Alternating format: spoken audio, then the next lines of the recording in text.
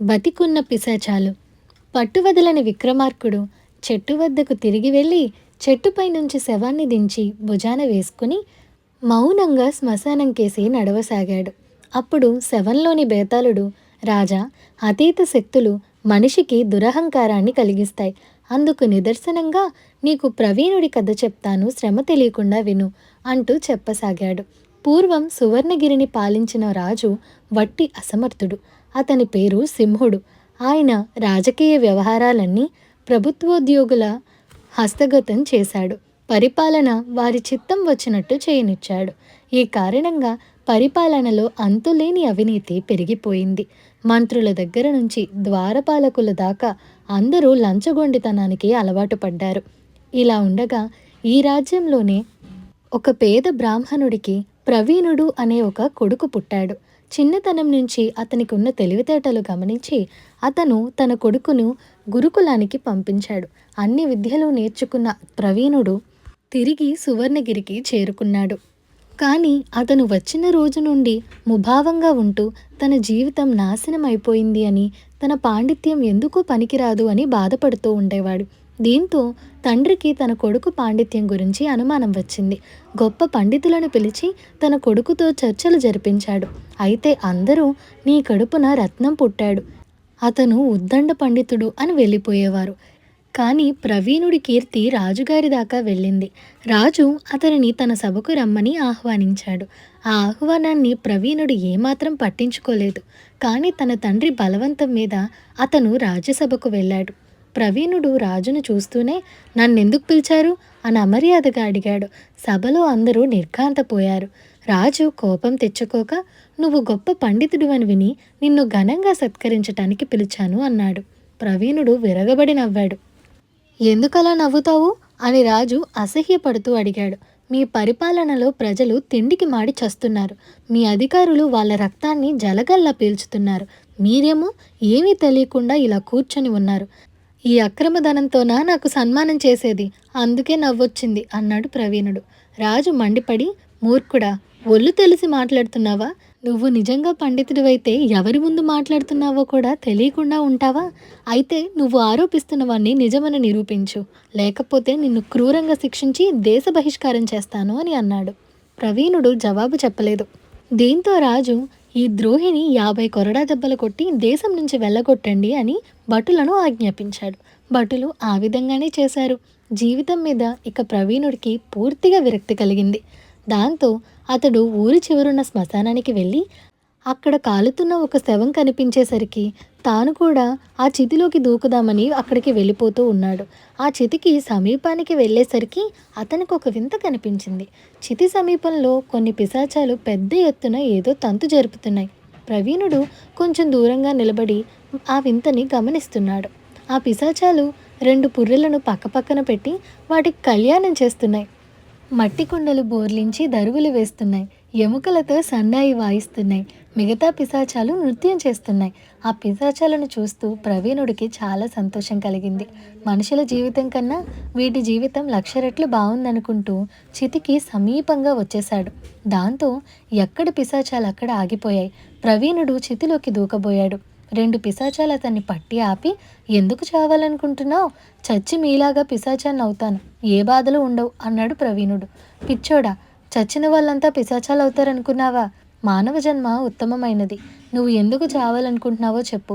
నీ కారణం సరైందైతే నిన్ను చావనిస్తాం అన్నది ఒక పిశాచం. చిచ్చి, మానవ జన్మ కన్నా హీనమైనది లేదు.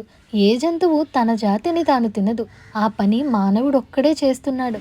ధర్మానికి కళ్ళు పొడిచారు, న్యాయానికి నోరు కుట్టేశారు. పండితులు తమ పాండిత్యం అమ్ముకుంటున్నారు, ఆడవాళ్ళు శీలాన్ని అమ్ముకుంటున్నారు. అంచేతనే నేను చచ్చి మీలో ఒకడిని అవుదాం అనుకున్నాను అన్నాడు ప్రవీణుడు. పిశాచం నవ్వి, నువ్వు చెప్పిన వాళ్ళే చచ్చి పిశాచాలు కాగలరు. నీలాంటి వాడికి పిశాచం అయ్యే అవకాశం లేదు.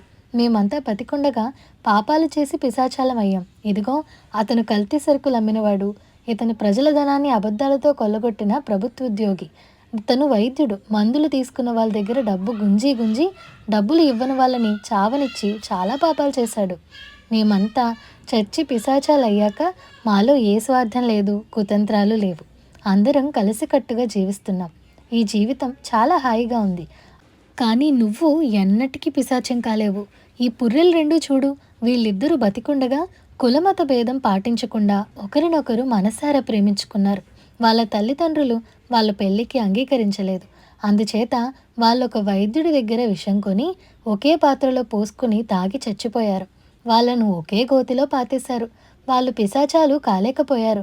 డబ్బుకు ఆశపడి వాళ్లకు విషమిచ్చిన వైద్యుడు ఇవాళే చచ్చిపోయాడు.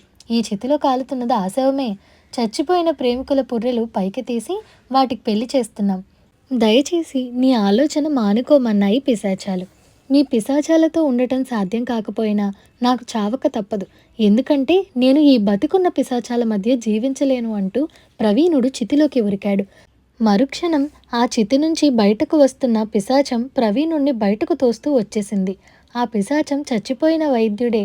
ప్రవీణుడు మండిపడి, 2 ప్రాణాలను నిలువునా తీశావు, అయినా నన్ను మాత్రం ఎందుకని చావనివ్వకుండా ఆపుతున్నావు? ఎందుకు బాబు అని అడిగాడు వైద్యుణ్ణి. నాయనా, ఆత్మహత్యలు పిరికి పందలు చేసే పని. యువకుడివి, పండితుడివి, మంచివాడివి, జీవితాన్ని బాగు చేయడానికి ప్రయత్నించు, అంతేగాని ఈ ఆత్మహత్యలెందుకో అని అన్నాడు. దీంతో ప్రవీణుడు దీర్ఘంగా ఆలోచించి, నేను ఆత్మహత్య చేసుకునే ప్రయత్నం మానుకుంటాను. అయితే మీ పిశాచాలన్నీ కలిసి నాకొక్క సహాయం చేయాలి, చేస్తారా అని అడిగాడు. చెప్పు, అలాగే చేస్తాం అన్నాయి అన్ని పిశాచాలు ముక్తకంఠంతో. నగరంలోని బతికున్న పిశాచాల్ని తీసుకురండి అన్నాడు ప్రవీణుడు. త్వరలోనే నగరంలో ఉండే ఘరానా మనుషులు కొన్ని 100 మంది శ్మశానంలో హాజరయ్యారు. వాళ్ళు తమ తమ చుట్టూ ఉన్న పిశాచాలను చూసి వణికిపోతున్నారు. మీరంతా ప్రజలకు ద్రోహం చేసిన వాళ్ళు, అవునా కాదా అన్నాడు ప్రవీణుడు. వాళ్ళు నోరు తెరిచారు, కానీ జవాబు చెప్పలేకపోయారు. దాంతో ప్రవీణుడు, మీరందరూ రాజుగారి దగ్గరికి పదండి. రాజుగారి ఎదుట ఏ అబద్ధాలు చెప్పారో వాటన్నిటినీ ఒప్పుకోండి, లేదా ఈ పిశాచాలు మిమ్మల్ని పీక్కు తింటాయని హెచ్చరించాడు. అందరితో కలిసి సభ తీరి ఉన్న రాజు ఎదుట నిలబెట్టాడు ప్రవీణుడు. ఘరానా పౌరులందరూ వణికిపోతూ రావటం చూసి రాజు ఆశ్చర్యపోయాడు. వాళ్ళను తెచ్చిన పిశాచాలు రాజుకు గాని సభలో ఉన్నవారికి గాని కనిపించలేదు. మీరందరూ ఏ విధంగా రాజుగారిని వంచించి ప్రజలను పీడించుకు తింటున్నారో వివరంగా చెప్పండి అన్నాడు ప్రవీణుడు బతికున్న పిశాచాలతో. వాళ్ళు తమ వెనక ఉన్న నిజమైన పిశాచాలకు భయపడి తాము చేసిన పాపాలను, అవినీతి పనులను వెంటనే ఒప్పేసుకున్నారు. అసమర్థరాజుకు కనువిప్పు కలిగింది. ఆయన వారందరికీ దేశ బహిష్కరణ శిక్ష విధించాడు. వారితో పాటు వెళ్ళిపోతున్న ప్రవీణుణ్ణి రాజు వెనక్కు పిలిచి, నువ్వు నా ఆంతరంగికుడివిగా ఉండి నా దేశంలో ధర్మ పరిపాలన జరిగేట్టుగా చూడు అని అడిగాడు. అందుకు ప్రవీణుడు అంగీకరించాడు. బేతాళుడి కథ చెప్పి, రాజా, పిశాచంగా జీవించే అవకాశం లేకపోయినా చచ్చిపోవటానికి నిశ్చయించిన ప్రవీణుడు పిశాచాల సహాయం దొరకగానే జీవితాన్ని సంస్కరించే ప్రయత్నం ఎందుకు చేశాడు? అతని పాండిత్యానికి అతని ప్రవర్తనకు ఏంటి సంబంధం? అతను పదవి కోసం పాండిత్యం ఎందుకు వదులుకున్నాడు? ఈ సందేహాలకు సమాధానం తెలిసి చెప్పకపోయావో నీ తల 1000 ముక్కలవుతుంది అన్నాడు. దానికి విక్రమార్కుడు, ప్రవీణుడి పాండిత్యానికి అతని ప్రవర్తనకు చాలా గాఢమైన సంబంధం ఉంది. అతను నిజమైన పండితుడు, పాండిత్యం అమ్ముకునే ఉద్దేశం కలవాడు కాదు. అది ప్రజల మధ్య రాణించాలనే అభిప్రాయం కలవాడు. ఆ రాజరికపు పరిస్థితి పాండిత్యం రాణించటానికి అసలు అనుకూలమైనదే కాదు. అందుకనే అతను ఆత్మహత్యకు పూనుకున్నాడు. కానీ ఆ రాజును మార్చే శక్తి సామర్థ్యాలు అతనికి పాండిత్యం ఇయ్యలేదు. పిశాచాలు అంతకు తోడ్పడతాయని తోచగానే అతను వాటి సహాయంతో రాజును మార్చాడు. అతను రాజుగారి ఆంతరంగికుడు అయినది కూడా పాండిత్యం ప్రజల మధ్య రాణించే పరిస్థితులు కలిగించటానికే. ప్రవీణుడు ఒక్క క్షణం కూడా తన పాండిత్యాన్ని వదిలిపెట్టలేదు అన్నాడు మహారాజు విక్రమార్కుడు. రాజుకు ఈ విధంగా మౌనభంగం కలగగానే బేతాళుడు శవంతో సహా మాయమై చెట్టెక్కాడు. ఇదండి ఇవాల్టి కథ. ఈ కథ మీకు ఎలా అనిపించిందో మాకు కామెంట్ సెక్షన్లో చెప్పండి. అలాగే మీకు ఈ వీడియో నచ్చినట్లయితే like, share, subscribe to Priya stories Telugu. Thank you for watching.